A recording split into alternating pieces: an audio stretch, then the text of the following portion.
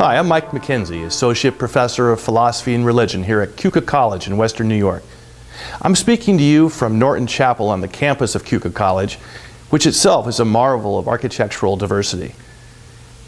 Marble from Vermont, piers of massive timbers and wood from Oregon and Washington, and the chandelier globes come all the way from Italy.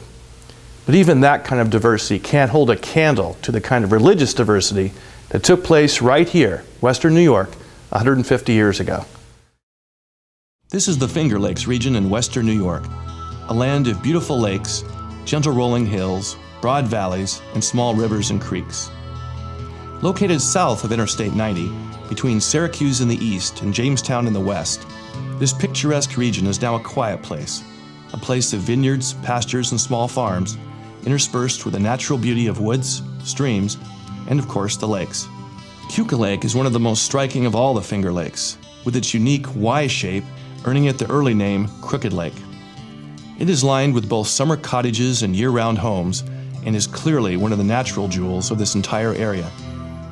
It is also a destination of tourists who come for the wine tasting and fall colors, a place whose quiet presence today belies its very raucous history, especially in terms of religions and new spiritual groups.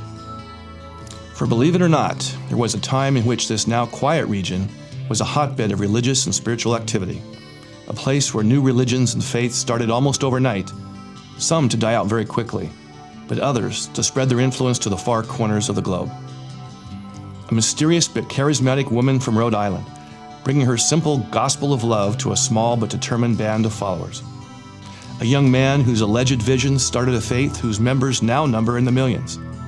And a growing sect of Christians called the Methodists, whose explosive growth alarmed those who thought this faith would take over the entire world. All those and more were either started or nourished right here in this now quiet place. There are still hints of tremendous religious diversity that began here. Churches still dot the countryside at lonely corners and back roads. The Latter-day Saints, the Mormons, have a temple and an elaborate visitor center right there at Palmyra, where their founder Joseph Smith was purported to have had his visions. And many Mennonites have moved here from Pennsylvania in the past 30 years. In some ways, the region today harkens back to a rich and vibrant religious history. But for the most part, these are mere remnants of the area's religious past. Jemima Wilkinson's followers have been gone for over 150 years, and her home is now a quiet residence in the countryside. The religious explosion that took place here, giving it the name of the Burned-Over District, has given over to a quiet presence, where churches are noted more for their scenic value than for bustling activity. There were once an incredible 19 Methodist churches in tiny Yates County alone. Now only one thrives, most are barely hanging on with only a few members, and many church buildings are gone entirely. And although the Mormons maintain a very active presence in Palmyra, their modern center and seat of power are some 2,500 miles away, Utah in the Intermountain West, not the sleepy hamlet and region in which they began. But to study the past, one must begin with the present, and the land itself must take center stage. It is the land here in the Finger Lakes that helped make the early religious growth possible. Its physical features, combined with many transformations engineered by man, roads, canals, villages, water-powered mills, and more, made it the perfect geographical petri dish in which to start and grow new religious movements at a fantastic pace. Let's now go on a journey across this region to put you in the precise locations where all these events took place. But our first stop is not about churches, cathedrals, or towns. For the settlers who came to Western New York from New England were not the first people to see the rich spiritual possibilities in the region. Far from it. Indigenous peoples have lived and worshipped here for millennia, and some well-known tribes and nations have long called this place home. But others, whose traces on the landscape are but faint echoes today, have also left their mark here. Part legend, part mystery, part fact, there appear to be traces of an even earlier presence on the land. To catch glimpses of this, let's visit some strange mounds and formations on what is now called the Bluff area above Keuka Lake. Here amongst the grape vineyards high above Keuka Lake at Bluff Point, about 8 miles south of Penn Yan, there are a series of strange mounds, terraced land, and grass-covered berms. This site covers about 5 to 7 acres, caught between farms on the one side and the road on the other. According to local sources, these terraced hillsides were created by early civilizations in the area for purposes unknown. Many people, a few professional but most amateur, have attempted excavations and explanations of this terraced land. Samuel Wright, a retired physician, visited this site in 1879 and 1880 and described an elaborate web of rock ruins, ascribing them to, quote, early Aboriginal peoples. He wrote of a vast series of graded ways, replete with raised earthen walls faced with rock. Other reports suggest that perhaps early Vikings had found their way here, as some native legends describe ancient visitors with, quote, long flowing hair. But still others suggest that the ancient ruins resemble those of either the mound builders of the American Midwest or the Celts. So what is the purpose of these strange formations? Are they fortifications located strategically on the high points between the arms of Keuka Lake? Navigational aids for early travelers? Perhaps they were somehow intended as guides for the interpretation of the stars in the night sky. We shall likely never know. Time, erosion, and farming have all combined to more or less obliterate the noted elaborate pattern discerned by Wright and others. What is left today is more suggestive than anything else. And although the Bluff Point ruins are still the topic of conversation amongst the locals, and from time to time people raise the idea of excavations, it seems certain that whatever the purpose of these ruins, they died with the disappearance of their builders. But the Bluff Point ruins are not the only ones shrouded in mystery in the county. Across the road from the Friend Methodist Church, in the midst of an old cemetery, are other strange terraces and mounds. And if little is known of the Bluff Point ruins, even less is known of the origins of the terracing and berms here. Some people believe that they are the remnants of an elaborate network of forts and fortifications that extend throughout western New York. Such works would predate the Seneca civilization, which many authorities claim started around 1400 AD. The Senecas themselves claim that these and other structures were here when they arrived, but without any human inhabitants. Standing at the ruins of either site, one can get a feel for what Carmer meant by a, quote, wide psychic highway that bisects New York State. As the ever-present wind blows through the grass and the trees, one can almost sense the eerie presence of an earlier people. So who were these people? Where did they come from? And what exactly was built here once? And perhaps the toughest question of all, where do these people go? The fading formations provide no easy answers. But if these early ruins defy all efforts at explanations, we are likely to have much better luck visiting the sites of more traditional Native American activity. Let's begin by trying to track down the most famous Native leader in the region. Brother, our seats were once large, and yours were very small. You have now become a great people, and we have scarcely a place left to spread our blankets. You have got our country, but are not satisfied. You want to force your religion upon us. Brother, continue to listen. You say you are sent to instruct us how to worship the Great Spirit agreeably to his mind. And if we do not take hold of the religion which you white people teach, we shall be unhappy hereafter. You say that you are right and we are lost. How do we know this to be true? We understand that your religion is written in a book. If it was intended for us as well as you, why has not the Great Spirit given it to us? And not only to us, why did he not give to our forefathers the knowledge of that book with the means of understanding it rightly? We know only what you tell us about it. How shall we know when to believe, being so often deceived by the white people? Brother, you say there is but one way to worship and serve the Great Spirit. If there is but one religion, why do you white people differ so much about it? Why not all agree, as you can all read the book? Brother, we do not understand these things. We are told that your religion was given to your forefathers and has been handed down from father to son. We also have a religion which was given to our forefathers and has been handed down to us, their children. We worship that way. It teaches us to be thankful for all the favors we receive, to love each other, and to be united. We never quarrel about religion. Brother, the Great Spirit has made us all, but he has made a great difference between his white and red children. He has given us different complexion and different customs. To you he has given the arts. To these he has not opened our eyes. We know these things to be true. Since he has made so great a difference between us and other things, why will we not conclude that he has given us different religion according to our understanding? The Great Spirit does right. He knows what is best for his children. We are satisfied. Brother, we do not wish to destroy your religion or take it away from you. We only want to enjoy our own. Segoyawatha, Red Jacket, 1805. If there is a lack of information about the earliest inhabitants of this area, and if legend and fact tend to blur when trying to discover the truth behind strange mounds and formations in Yates County, there is much more to go on when it comes to the Native American presence in the region.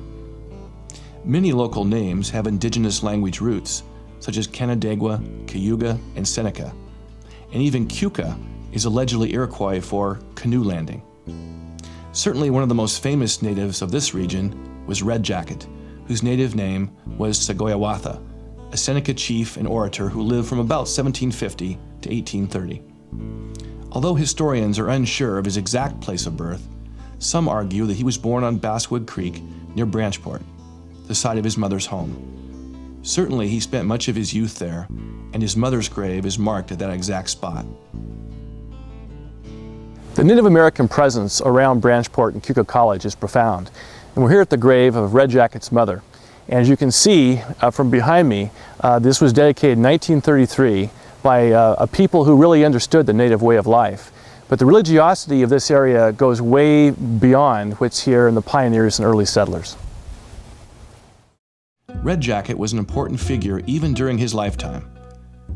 Even though he and the Seneca Nation had taken the British side during the Revolutionary War, Red Jacket quickly became a voice of peace between the Seneca Nation and the new American nation. He and other Senecas had met with George Washington in 1792 in Philadelphia, and it was at that meeting he was given a large peace medal, which he often later wore.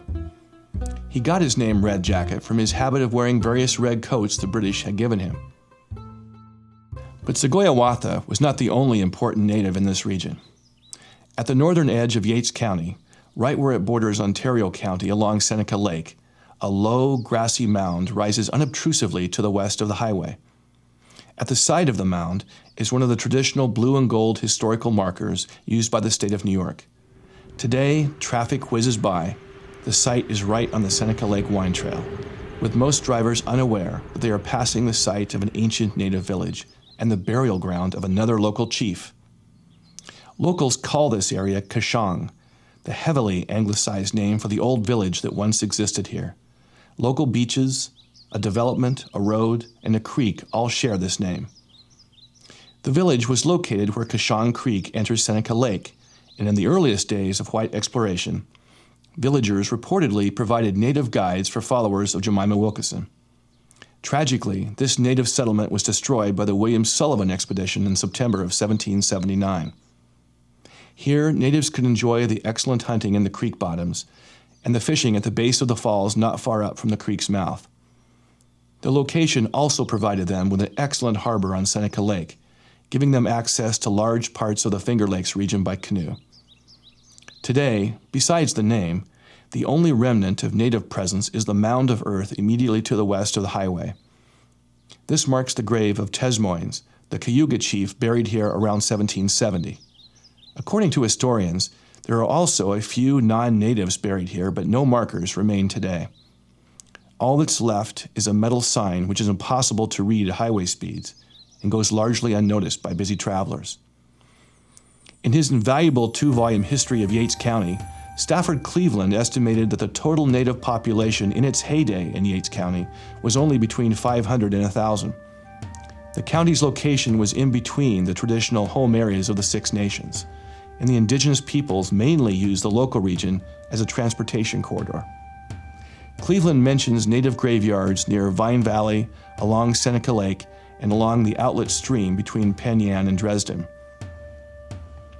Today, according to the 2009 census figures, only 0.2% of the county's population claims native heritage, relegating the indigenous presence to now vanished villages and other sites. Nonetheless, they furnish a foundation for religion's earliest practices in the area, and many sites on the periphery of the county remain sacred to natives today. Bear Hill, a high ridge overlooking Canandaigua Lake, is believed by the Seneca tradition to be the birthplace of their people and is still considered a sacred place. Thus, as we move to other religious locations in the county and surrounding area, you can begin to see the different layers of religious and spiritual practice as they have been laid down, starting thousands of years ago. Let's now go to the sites made famous by a remarkable woman, a self-styled prophet, whose followers were among the very first white settlers in Yates County. 1787 was a banner year in American history. On September 17th, our Constitution was ratified in Philadelphia, and we officially became a country. For the significance of early religion in Yates County, the year was important as well. On the west side of Seneca Lake, at the native village of Cusson that had been previously destroyed 8 years ago, 2 French traders and their Cayuga wives were surprised to see 3 men approaching from the north. While in Pennsylvania, this trio had been told about a large lake to the north and the fertile land that lay around it, and the men had come as scouts.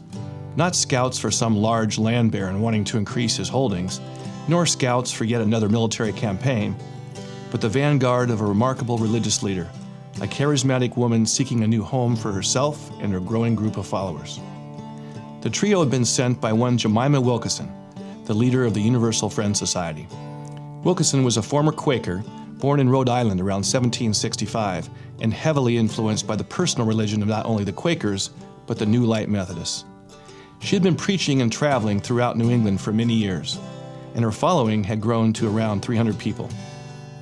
And Wilkeson, now known as the Public Universal Friend, had tired of the religious and civic opposition she had experienced in Philadelphia and other cities on the eastern seaboard. She determined on a fresh start in what was then the frontier west in upstate New York, and her scouts had ended up on the western shores of what is now Seneca Lake. The 2 traders assisted Wilkeson's trio and spoke eloquently on the quality of both the land and the climate, and after venturing south from the native village to investigate, the 3 men returned to Wilkeson and her group with a glowing report of the region's potential. The following year brought more of the Universal Friends followers to the west side of the lake, and they began their permanent settlement in the area that is now called City Hill. On the site of what is now a bustling Mennonite farm, the Friends followers began construction of a log cabin for their leader. This particular site is located about a mile south of where the outlet stream from Keuka Lake crosses underneath Highway 14. Today, one can still see the area's appeal. Views of the lake compete with rolling hills and good farms. The land looks somehow softer here, a good match for the Friends' simple message of Christian charity. Nothing remains of Wilkeson's original cabin, and the only remaining site of the Friends' early years in Yates County is the beautiful City Hill Cemetery, lying just west of the highway. It is one of the most well-known and well-maintained cemeteries in the entire county. We're here at City Hill Cemetery, about 10 miles from Penn Yan, and this is significant for many reasons, and once more indicating the terrific diversity of religion that has always been a part of the Finger Lakes region. This is where many of Jemima Wilkeson's early followers were buried, and don't let the tombstones fool you. Most of their burials took place without any kind of adornment or tombstones at all, but yet some of these here are remnants of her followers too, so that's just one more reason that this is such a terrifically diverse area. Jemima Wilkeson was a Quaker, and her group settled right about where we're at here. And when they settled here, first they thought they had the rights to the property, and they found out they were not in the right place. So they had to move about 8 miles behind me and had to go to the township of what is now called Jerusalem to settle there. Now this is a peaceful place, and burials take place in the new part of the cemetery. But where we're shooting here is all in the old part. Many of these graves date from Revolutionary War times to the Civil War and beyond. But the Society's vision of paradise along the lake didn't last. As mentioned, a property dispute arose about the precise locations of the preemption lines, the boundaries of the land available for settlement. So Wilkeson and the majority of her followers packed up and moved a dozen or so miles west to new lands around and above Sugar Creek, near what is now Branchport. To commemorate her vision of the biblical New Jerusalem, the township adopted the name Jerusalem, a name it still holds. But like many religious leaders who began in simplicity and succumbed to the niceties of civilization, the Universal Friend upgraded her lodgings, In 1815, her followers built her an elegant home on the terraced hills overlooking Sugar Creek. The house still stands, enjoying a remarkable view to go along with its rich history. We're here at the home of the most famous Yates County resident, Jemima Wilkeson, otherwise known as the Universal Friend. Jemima Wilkeson had a vision of her own death and actually, according to her sources, died in 1776, coming back to life and then preaching a gospel of love. She was a Quaker, but came here around Yates County in 1791-1792. She died in this house 1819, making her one of the oldest residents of Yates County. So what was Wilkeson's actual message? What can explain her appeal to her followers? And what was her lasting significance to both religion and the region? Well, certainly her claims that she had died and come back to life, in effect defeating death itself, were part of the equation. The actual content of her message was fairly unremarkable for a preacher of that time period, focusing as it did on the need for Christian charity. She favored but did not insist on celibacy from her followers, and like many preachers and evangelists of her time, she apparently believed, especially early on, that the millennium was imminent, even predicting that God's kingdom would appear in May of 1780. When the famous Dark Day of New England occurred on the 19th of that month, probably the result of huge forest and grass fires, she was sure that her prophecies had been fulfilled. But when the day came and went with no appearance of God's kingdom, she changed tactics, refusing to set dates for the millennium, saying only, quote, "It would appear in the Lord's own time." Wilkeson's real attraction and significance was in the novelty of a woman preacher traveling about in late 18th century New England, as well as her very definite personal appeal and charisma. The literature is full of references to New England preachers who saw her as a cult leader and who made reference to her followers as being, quote-unquote, deluded. Such opposition was doubtlessly a part of why she sought a new area for her group and why a fresh start in the Finger Lakes would be the logical next step. Her message in New York was one of Christian purity and charity, attained by a new level of commitment and dedication to Jesus. She came to believe that such could only be achieved through a founding of a completely new community, thus the migration into Yates County in 1788. Legend has it that when the group first arrived, they encamped on the east side of Seneca Lake. But after investigating a mysterious roar from the other side of the lake, they found a tremendous waterfall, ideal for providing water power for a mill. Thus, the group crossed over to the other side and decided on the City Hill location. So, as the Universal Friend began her ministry in New York, she had learned from her earlier mistakes in Connecticut and Rhode Island. And in the sparsely settled frontier, the opposition to her was somewhat muted, but she still caused quite a stir, and female leadership of a religious group, or any group, was not only highly unusual, but highly suspect among many. And to add to the intrigue of the religious group, the Friend chose more and more women for positions of power in her organization. In some ways, she could be seen as a true pioneer in the cause of feminism. However, the peace and tranquility that the Friend sought in her New Jerusalem seemed to remain just outside her grasp, and her time here was never too far from controversy and unrest, mostly because she was perceived as a threat. A woman's preaching quote-unquote strange doctrines was certainly liable to get unwanted attention. In 1800, she was actually brought up on charges of blasphemy in Canandaigua, but they were dismissed, and the judge complimented her on her decorum and quote-unquote good counsel. Not surprisingly, Wilkeson's death only deepened the mystery and intrigue that had surrounded her in life. She had always believed in the power and efficacy of visions and dreams, and these had increased in her later years. Thus, as she got older, Wilkeson became somewhat of a mystic, speaking cryptically about God and his plan for mankind. Finally, after 43 years of mostly itinerant ministry in rugged conditions, the Friend's health completely broke down, and she died on July 1st, 1819. As befitting her wishes and her Quaker background, there was no formal funeral, and her body was interred in a basement vault of her home. But the story did not end there. Some years afterward, the simple coffin was taken out of its underground crypt and carried to an undisclosed and unmarked location by two followers.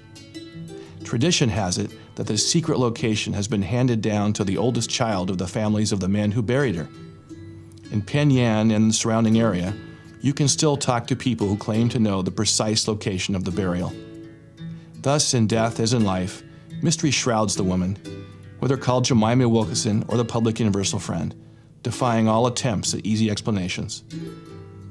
What we do know for sure is that Yates County is the location of one of the most intriguing stories of frontier religion in the entire country. And in some ways, the friend was far ahead of her time, and in others, very much a part of the times in which she lived. Let's now go and look at one of the chief competitors to the Friend's religion, a denomination that began as a tiny import from England at the time of the American Revolution, but which grew at such an astounding pace that some worried it would surely take over the entire world: the Methodists. By any standard, Yates County is small in size. One of the smallest in the state, it comprises only about 340 square miles. It takes little time to drive from one location to another. But think of this. In the heyday of Methodism here, there were an incredible 19 Methodist churches in this county, all going at once.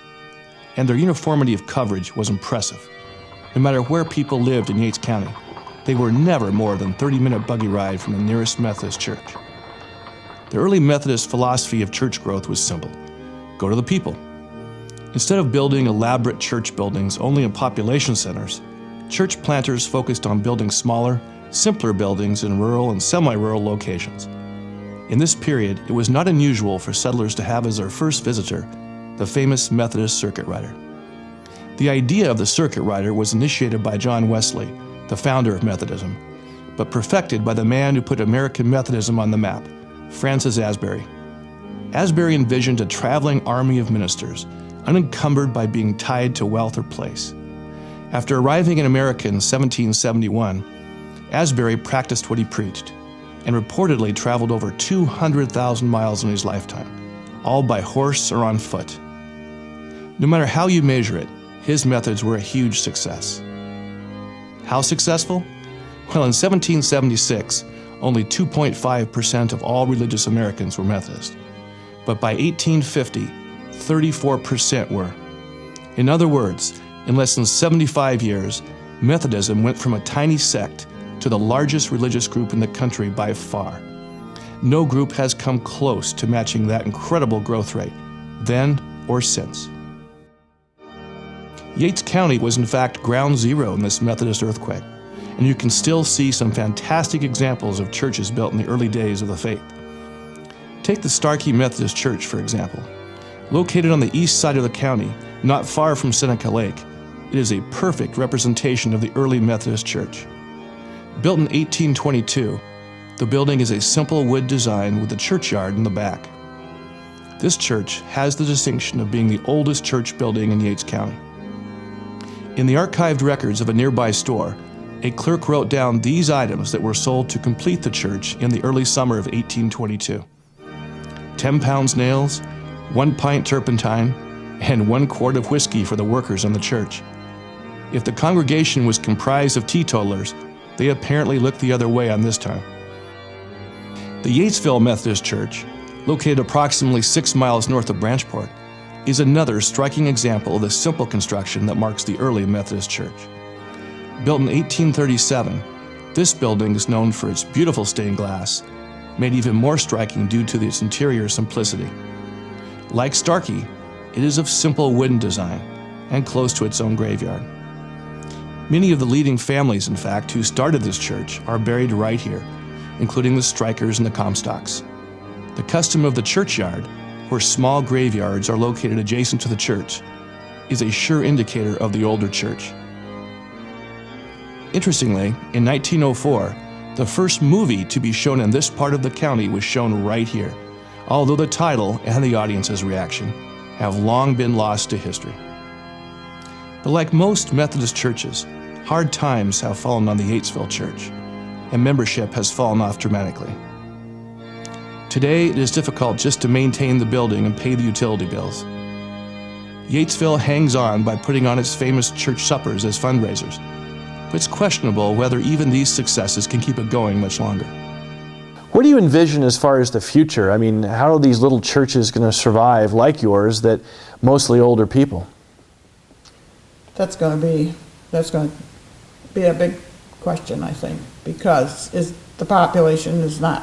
younger population is out away from here, and I don't think that I don't know. You wonder if it's how long is it going to hang on, or can we hang on? So to you, the future doesn't look all that great in terms of long-term keeping it going. Right. If the money situation doesn't, change to a certain extent, it's going to be rough on these churches. Has this church been hurting for members for a long time? Yes. Because our children have moved away, got education, college, and they're gone. They might come back for Christmas or something like that, and we'll stop then or attend, but they're not coming back. There's nothing here. As you heard from Mary, one of the Yatesville parishioners, it seems as if the days of this church might be numbered. Sadly, this story is commonplace in what used to be called the mainline denominations. Congregations are aging and passing away, and young people and families are just not joining. As the Methodist denomination grew here in Yates County and across the country, one sign of their success was a noticeable change in style and cost of their churches, from their earlier primitive wooden buildings to more elaborate and expensive stone and brick structures. This change signifies what scholars call a shift from the sect to the church, and it marks a change in how the faith sees itself and the outside world. All of a sudden, parishioners come from the more successful and wealthy ranks, from that precise part of society that was earlier critiqued by this same church. Ironically, this obvious upgrade in status for the church is usually the first indication of future trouble. So often the most beautiful churches belong to denominations most in trouble in terms of numbers and their future. The Branchport Methodist Church is a case in point. This particular building was dedicated in 1880 and is typical of Victorian churches with its tidy brick construction and elegant high steeple. The cost then was over $4,000, in a time in which the average wage was only about $1 per day. But of course, this phenomenon is not limited to Methodists. The beautiful Episcopal Church in Branchport is another example. Few buildings anywhere can match the elegant exterior or the simple but beautiful interior. But the Episcopal Church is in real trouble in the United States, as well as in most developed countries. Thus, in a strange, inverted relationship, elegance of architecture has become almost the harbinger of doom. We're at Branchport, New York, about 5 miles from Keuka College, and we're here at St. Luke's Episcopal Church, here on the main drag right through town. If you look at this church from this angle, you can see the native stone that's been used to construct it. There's not a single steel beam in this church. This is just one indication of the kind of religiosity that used to be in this area. If you notice a couple different things, there's a cornerstone that you can't see from this angle, as well as the typical red door, which is always present on an Episcopal church. And looking over here, you can see the nice stained glass windows. This is the only church in this area made of native stone and is indicative of a post-Civil War era. So what will become of the Methodist denomination, not only in Yates County, but in the entire country? Well, it has already become largely irrelevant. Its time of influence long gone. As you heard, the small rural churches are fading away quickly, and the vast majority of the 19 Methodist churches in Yates County are either down to a few members or gone entirely. Take the crumbling foundation in the woods along Little Church Road. This is all that remains of the Free Methodist Church that once stood here. Yates County resident and former Baptist minister George Spencer remembers sneaking over to peer in the windows during revivals in the 1930s. It was exciting to see what was going on there, almost like entertainment, Spencer said. But the population of the county declined as marginal farms were allowed to revert back to forest, and the people moved away.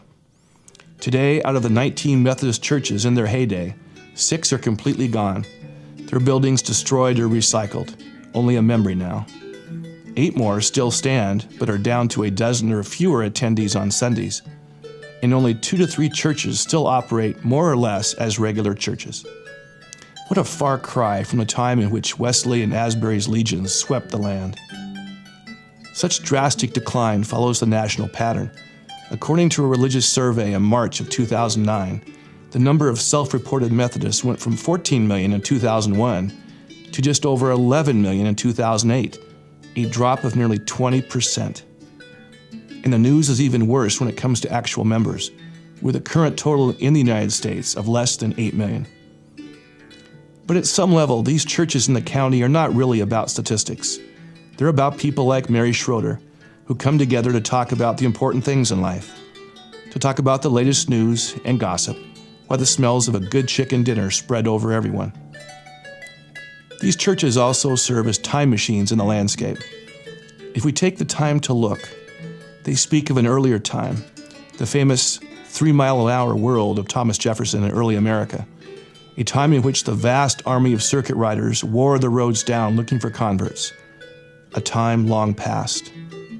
Let's now visit a church which suffers from no such self-doubts and whose numbers are not declining but growing.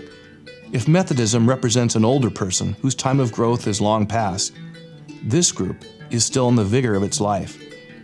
But to understand this church, we first need to go not to a building, but to the woods, a small grove to be exact, for it is this precise spot that a young man reportedly heard the words that have moved millions. Of course, I'm talking about the Latter-day Saints, the Mormons. Approaching our next location, this particular grove of trees, no more than 15 or so acres, appears totally unremarkable. Such stands of trees are common, of course, in upstate New York, and they harken back to a time in which most of the eastern United States was in fact one vast tract of hardwood forest. So vast, in fact, it was said that squirrels could go from the Atlantic Ocean to the Mississippi River without ever having to touch the ground. But according to the Mormon Church, in 1820, this particular grove of old-growth hardwoods, oak, maple, elm, and rough-bark hickory, was the scene of a life-changing vision for 14-year-old Joseph Smith. Located approximately 5 miles from modern-day Palmyra, New York, the grove is a modern-day Mecca for Latter-day Saints, attracting the faithful from all over the world. For it is here, according to Mormon doctrine, that God the Father and His Son Jesus Christ appeared to young Joseph. The entire region was alive in the crackling fires of revivalism, and Smith reportedly was confused at which church he should join. After going into these woods to pray for divine guidance, he allegedly was visited by God, who told him, "Join none of them, they are all wrong." So for faithful Mormons, it is this small woodlot, now called the Sacred Grove, that marks ground zero for their faith. Right here, amongst these beautiful groves of ancient trees, a church began which now has close to 14 million members. So what actually happened here? Did a young Joseph Smith actually have a vision? Certainly the vast majority of Mormons believe that he did, and it was abundantly clear that our Mormon guides and the other Mormon missionaries here believed as well. The parking lot itself was a testament to the global reach and power of Smith's vision. We saw ranchers and businessmen from the West, teachers from the Midwest, and others, all who believed that nearly 200 years ago, this exact spot was chosen by God to give a new revelation to mankind. So what can we say today? Well, all we can really say with any certainty is that the entire Northeast was alive with reported divine visions and visitations, all claiming that God had shown Himself in a new and miraculous fashion. Ann Lee, instrumental in the growth of a group called the Shakers, called that because of the group's physical shakings, clearly believed in divine visions and revelations. Certainly the Quakers thought the divine spirit revealed Himself directly to mankind. John Humphrey Noyes, the eccentric founder of the Oneida community, would later claim in the 1830s divine sanction for his own peculiar tenets. William Miller and Ellen White both thought they had a direct pipeline to God's thoughts, especially concerning the future.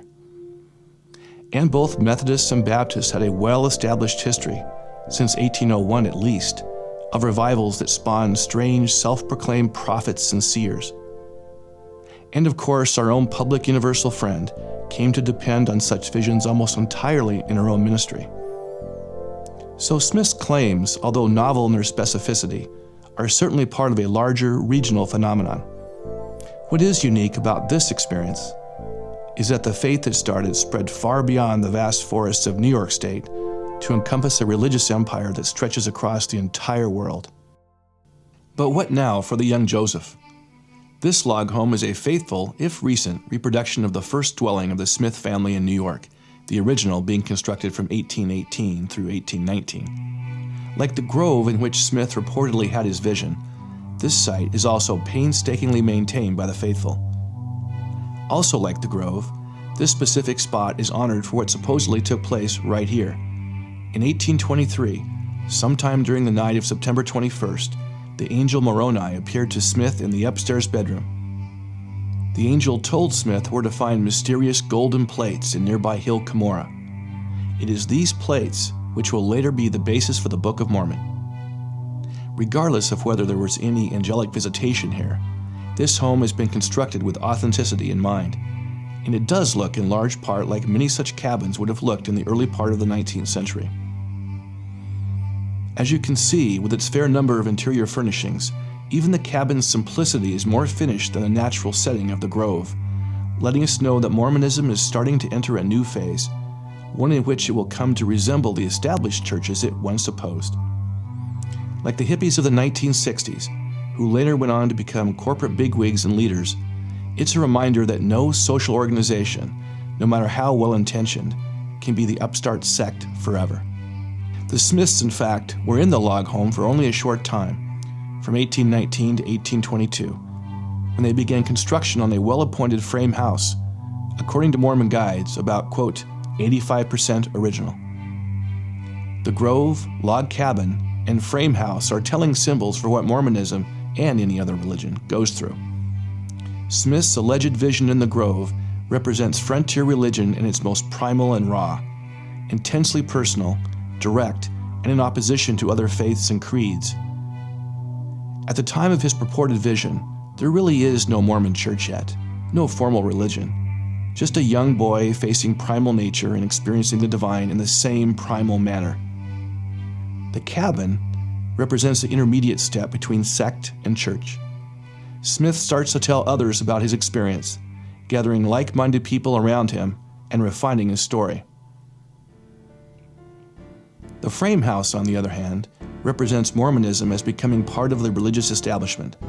Rules, formalization, leaders, dogma, rites, and ceremonies all become just as carved in stone as any of the churches that Smith once opposed.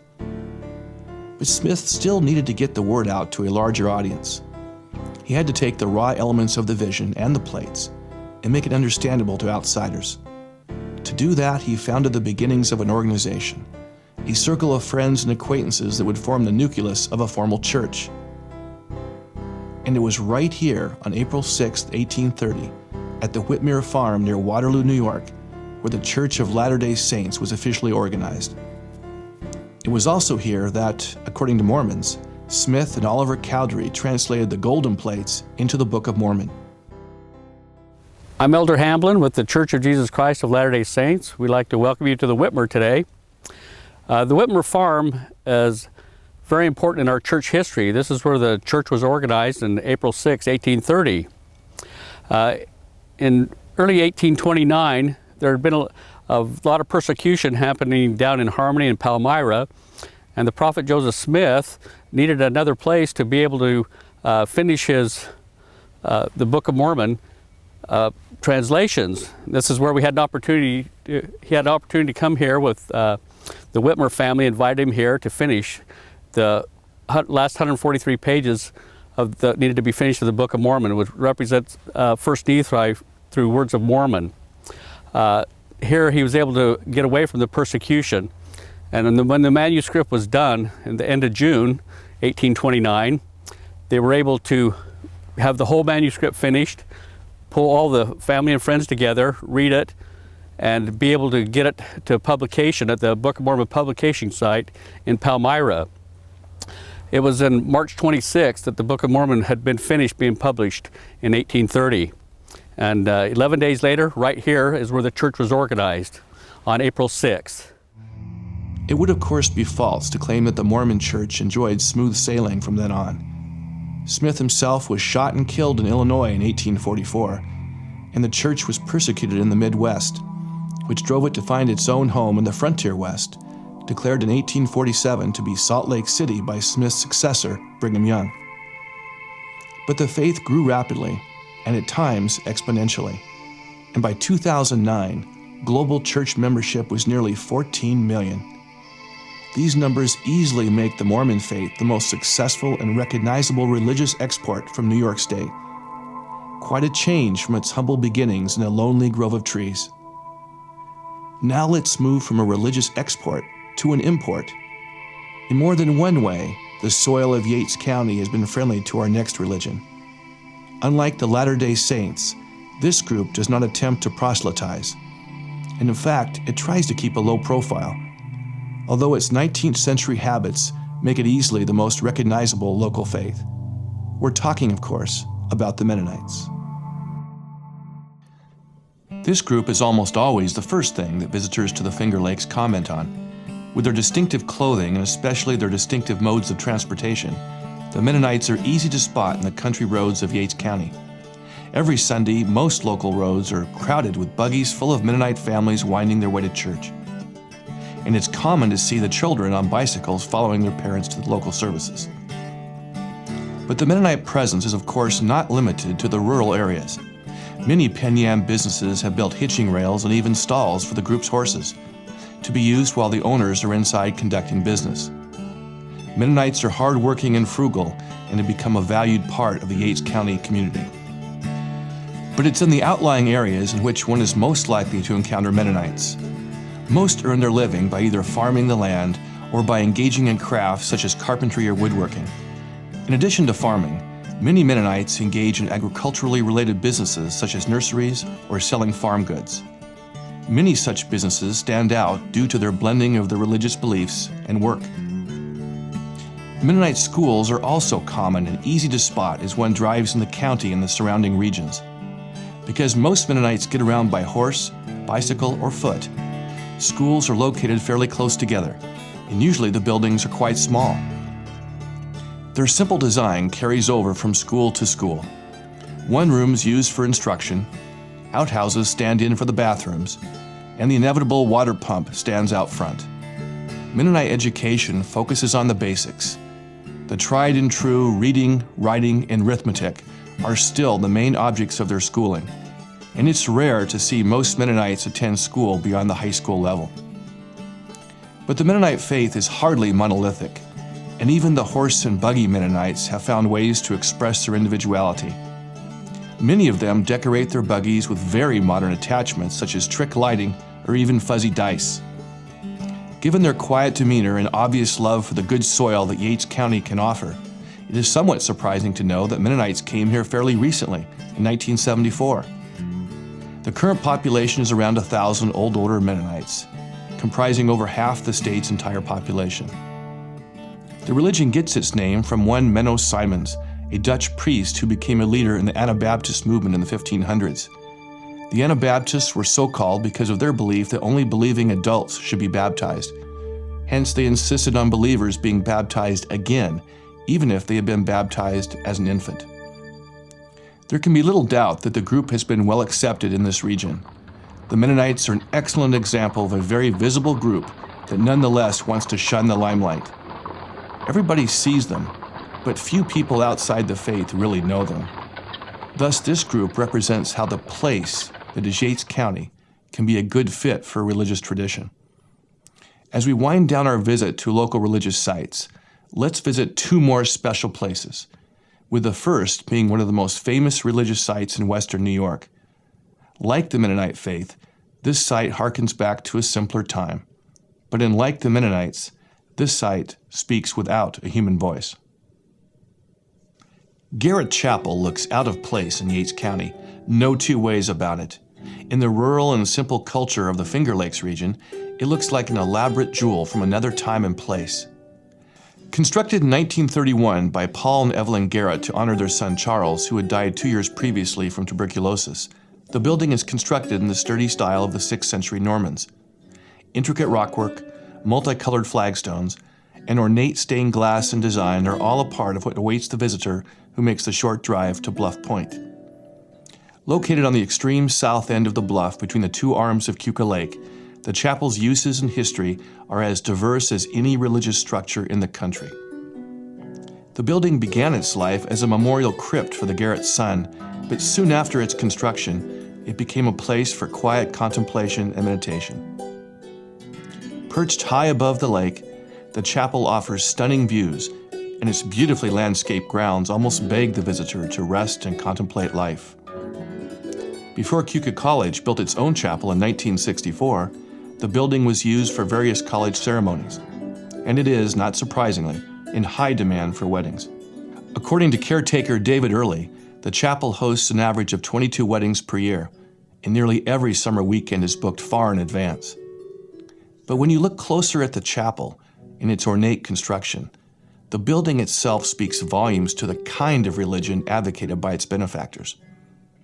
The Garretts were Episcopalians, connected to the local Episcopal Church in nearby Branchport, and the local diocese still conducts Sunday services here in the summer months. The Episcopal faith, unlike some of the other groups we've looked at, does not reject the surrounding society but believes strongly in engaging it, in working with existing groups and structures to make the world a better place. Thus, the overall impression at the chapel is one of love and acceptance, not of rejection or judgment. Note the incredibly designed door which leads to the actual crypt. The heavy brass design is covered in intricate figures, representing humanity engaged in numerous pursuits. Farming, fishing, science, music, and painting are all represented here. The message is clear. God's mandate was not to withdraw from the world, but to transform it using the ordinary jobs of ordinary people. The rest of the outside speaks with the same voice. The intricate weather vane makes not only the obvious connection between sailing ships and wind, but to the importance of discovery and exploration.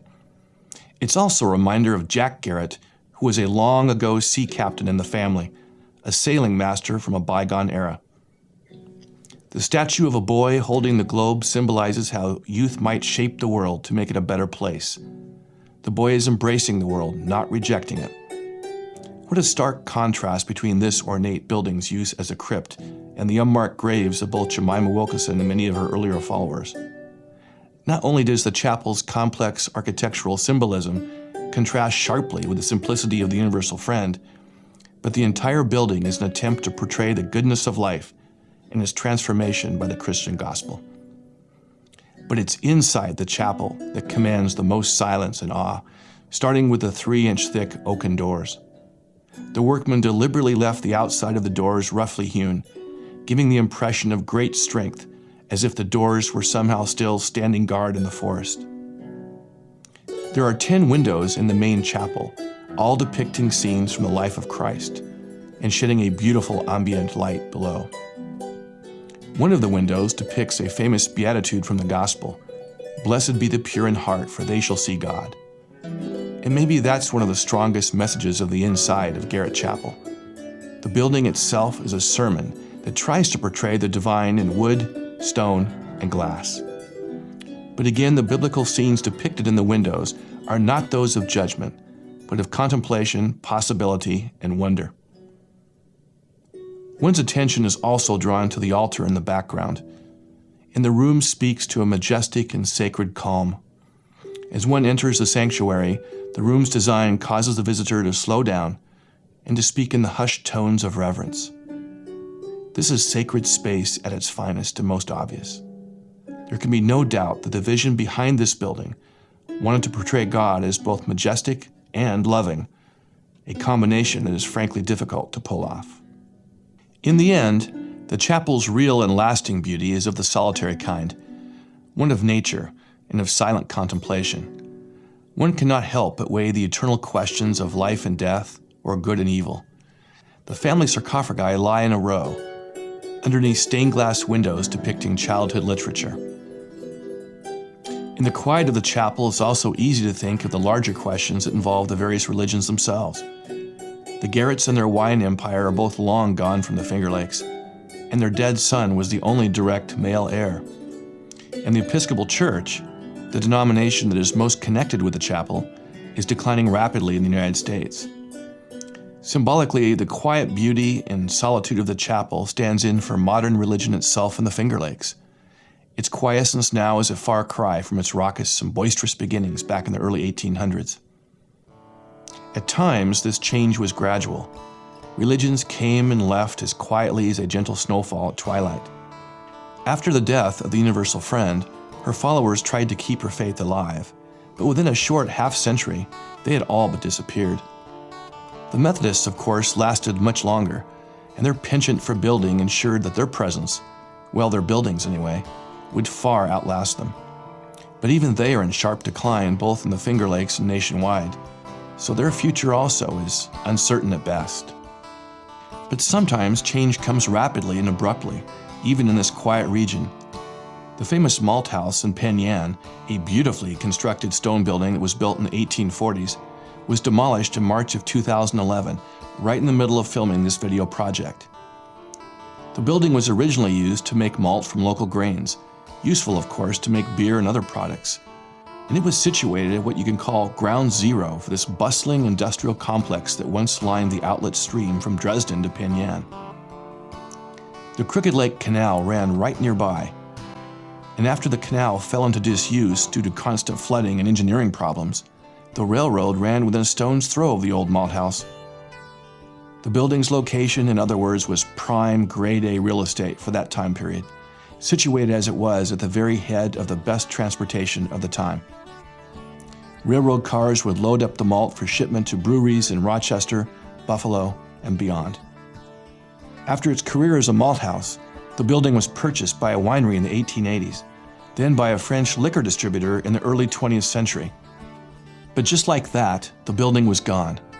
I heard about its demolition by reading the paper, actually. It was hard to believe, and I couldn't help feeling sad, not just for history demolished into broken bits of brick and stone, but for what the passing of the building represented.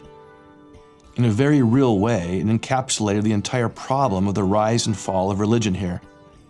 It had been located on some of the best and fastest systems of transportation of its time period. Canals and railroads brought people, jobs, industry, wealth, and of course, ideas to Keuka Lake and the entire region. The ideas for new religions came barreling into the region right at this exact spot.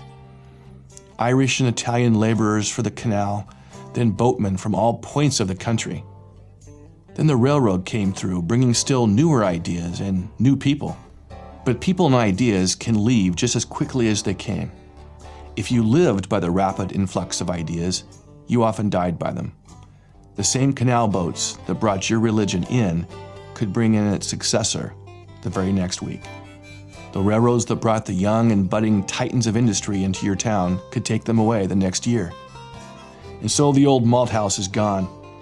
Only the lower stone walls remain, and those probably not for long. They too are of course symbolic. Like these tottering walls, Methodism and all the mainland churches are mere shells of their former selves. With the notable exception of the Penn Yan Methodist Church, the remaining Methodist churches in Yates County are like these walls, still standing, but barely, mere remnants of a bygone era, and what's true here is true across the country. Even the land is changing. Writing sometime around 500 BC, the Greek philosopher Heraclitus perhaps said it best: "You cannot step into the same river twice." Here at the site of a once proud center of industry, the outlet stream from Keuka Lake flows down to Seneca Lake some 10 miles below. In the full flood of spring, the vigorous current speaks loudly of change. Its bed and course changing over time, and it wears away even the very rocks that hold it. Thus, even the land itself changes right underneath our feet. It is this momentous fact of change that dominates religion here, sometimes fast and abrupt, more often slow, but it's there if you listen closely. Every religious movement that has started here has either changed dramatically, left the area, or died. That's just the way of it. And it is this voice of change, whether it comes as a faint whisper or a loud shout, that has had the last word for religion in the Finger Lakes.